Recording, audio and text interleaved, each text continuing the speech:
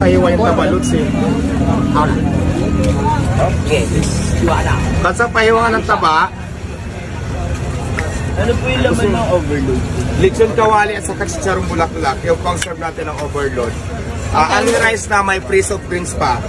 Kaya kung gusto niyo i-try, punta lang kayo dito. Sa'yo, boss. Only sabaw, only rice. Ay, sorry boss, idol. Diyos ko, nagkapasok-pasok na tayo. Sobrang sarap. Oh my God!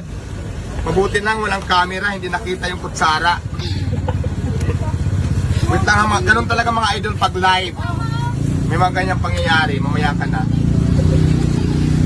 Hindi ko muna ipapakita yung kutsara, ano nalaglag kasi may camera. Makabigla ako mag-trending.